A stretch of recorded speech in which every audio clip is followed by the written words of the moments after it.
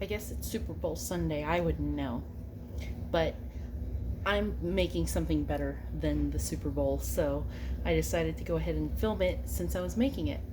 Today I'm going to make a vegetable bisque, and this is actually my first time making it, but not my first time seeing it. So, first thing I want to do, I like the taste of roasted vegetables, even in the bisque. So I'm gonna start off today with my hard vegetables. To me, hard vegetables is not a real term in the cooking world, but for me, it describes vegetables that can be baked better, like tomatoes, onions. So let me show you what I've got, okay? We are going to roast in the oven. I've got my iron skillet out here. There's chopped onions in here, right there, and they're underneath. I got a butternut squash, and it's huge, so it took up most of the pan, but that's okay. I'm gonna set it down, and I'm gonna bring you guys over here to take a look. So, sorry I'm shaking and baking here. All right, so here's the stove. All right, you guys can see okay? Good.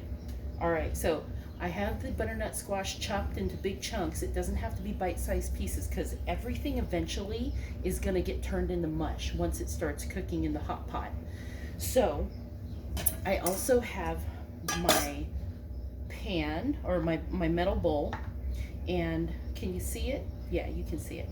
I'm gonna take my can of diced tomatoes and I'm going to strain it because I want to save the juice for the bisque. I don't want to use chicken broth today, just because of all the salt and everything. So I'm just going to lightly put the tomatoes over the top of the butternut, and here's why. Because the diced tomatoes can kind of fit in the little nooks and crannies around it. The juices of the tomatoes are going to kind of soak into the butternut squash. And it also helps kind of, the acids from the tomatoes are going to kind of soak into the butternut squash and tenderize everything. So we got everything in here? No. Come on, everybody. You're all getting cooked today. All right. So more tomatoes over on this side with the onions. Let it all meld together. Okay, it's obviously not coming out of the strainer very easily, so we're just going to use our hands. Don't worry, they're washed. Oh my gosh, you could see my plaid pajama pants. It's a Sunday, you guys. I'm relaxing, and this is relaxing to me. Okay, so we are going to just spread this out, and it gets better. Because another thing I want to roast with the tomatoes, the butternut, and the onions, fresh chopped garlic. This is about a clove and a half, or a bulb and a half. So I'm just going to throw them on top. Throw a lot of them on top. And this is not going to be the final dish, so it doesn't have to be pretty, you guys. Just throw it in there. Because what we're going to do here in a minute is we're going to cover it all with oil, some extra virgin olive oil, and I have the oven preheating to 355 degrees, and we're probably going to roast them for about a good, say, 40 minutes. So let me wipe off my hands, and you know what I think I'm going to do? I think I'm going to throw some spices on top too. Just to get nothing big, just maybe a little salt and pepper. So, you know how I've been kind of watching the ingredients of stuff that I've been using. So, extra virgin olive oil has ingredients. Can you see it? Too blurry? Too close? Extra virgin olive oil. That's the only thing in it. So I'm gonna use it. Always better than using vegetable oil, because as my sister Teresa has pointed out, vegetables don't make oil. And I don't know why I didn't think of that before. So I'm just sprinkling. It looks like I've only had about a tablespoon or two left. So I think I actually want a little more. I'm gonna open the door on you. Don't mind me. There's the puppet mitts. I've got a little extra olive oil. I'm gonna put a little more because anytime you're roasting something in an iron skillet, you need oil in it to keep it from just burning to the bottom. Sorry guys, I tried to have everything prepared before I start this. A little more olive oil. Oh my Lanta. Okay. So I want to say altogether I've put in at least 3 tablespoons of olive oil, but this is a big iron skillet. So here we go again.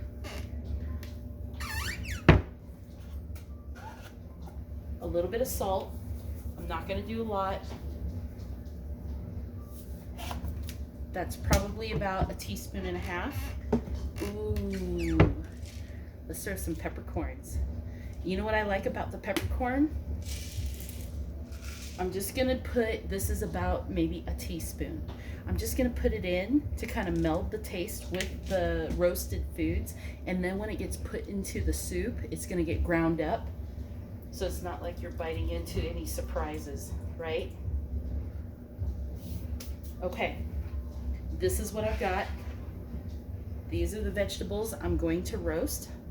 I'm gonna roast it for about 40 to 45 minutes, especially once they shrink up and get a little brown, maybe even a little char on it. Yeah, it's gonna be great. Whew, 355 degrees. And we're gonna roast it uncovered because we want, perfect. The oven even said it's ready. I'm gonna roast it uncovered because we want the brown and blackish type burn to get on top of the vegetables. And then I'm gonna come back with you. We're gonna put this juice and some stock into a pot, and then we're gonna just boil the hell out of everything. There's gonna be more vegetables. There's gonna be some celery, avocado, and then we're gonna throw in some ingredients to make it creamy. I'm gonna use cream cheese. I know some people like to use thick whipping cream or something like that, but I don't have that. But I also like the robust flavor of cheese. So we're gonna use about 1/2 cup of cream cheese, 1 bunch of celery. I'm gonna chop it up after I wash it, and avocado, and what else we got over there? I don't know, we'll find something else to do. Either way, oh, spices. I might throw in some turmeric or something. We'll see. But I'll be back with you guys in a little bit. And then we'll put together the rest of it, and then we'll show you how we blend it up. And the bisque is gonna be like a thick, I like it really thick, pasty kind of bisque, because when you dip bread in it, I want it to just all stick to the bread. And so I like it thick. So we'll work on that, and I'll be back after this is done roasting. You guys know me, I've always got to interject the thought that it comes across. So for the homesteaders and you guys, if you come across any seeds, like I thought about putting roasted bell peppers in this too, but it started to get to be too much in the pan. But the butternut squash rendered all these seeds. So for those of us that would like to plant butternut squashes on our own, always save your seeds. I'm gonna put it in this mason jar, and I'm gonna just kind of let it, I'm just gonna let it dry out. I'm gonna keep it uncovered, and then maybe in a couple weeks, I'll start seeding them by the window and see what sprouts up, and maybe we'll throw some in our new little garden boxes out back.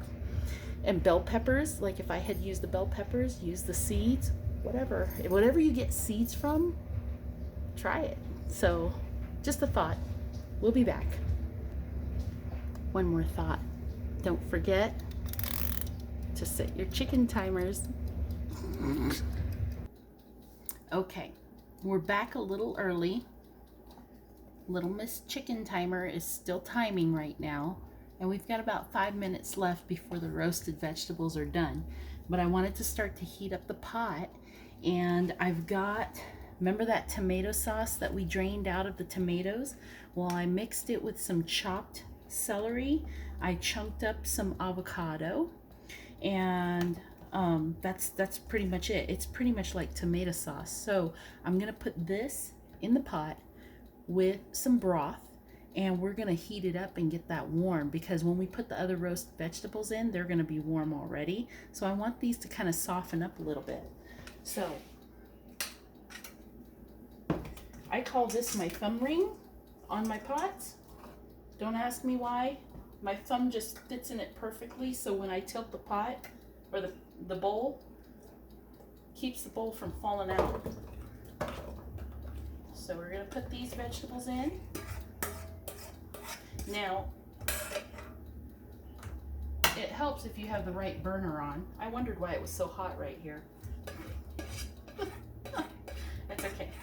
It's all right. We're gonna be fine. Okay. One thing that I am also gonna add, that I'm not gonna add until after the bisque is done mixing and everything's done cooking, is cilantro. But I don't like to add cilantro while everything's still cooking, because I feel like it loses its integrity and its taste. So cilantro is also going to be in there. You don't have to do it if you don't want, but I like it. So let me dump this in the sink.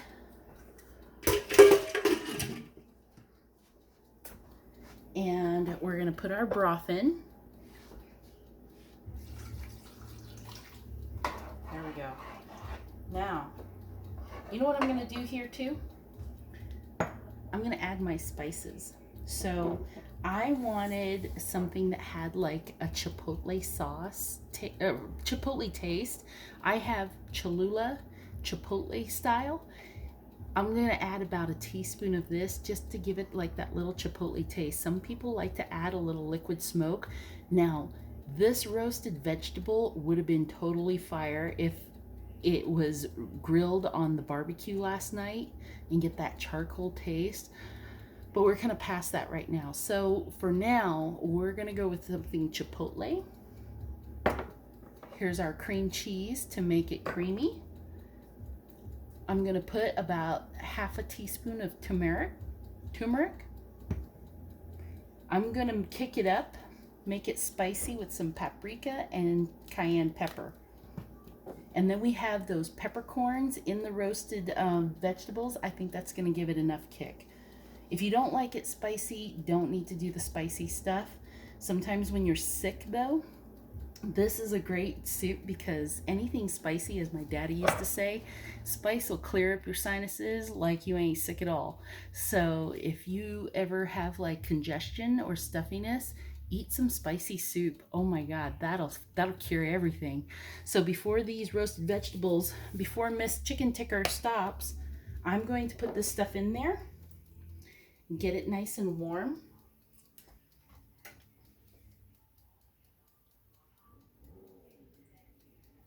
Okay, if you're anything like me and not into measuring your stuff, then you're something like me.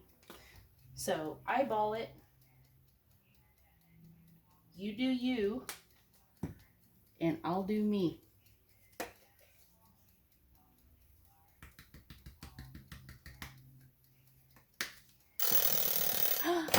Did you hear her? She said it's time. We're gonna shut off the oven. It's okay to let it sit for just a minute. Okay, so we got our spices. I always use my canning jars and mason jars to keep stuff from getting dried out and stale. It's just an idea, just because I have so much of it.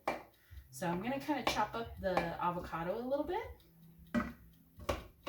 I should bring you guys over here so you're looking down at this, but we're gonna mix this up.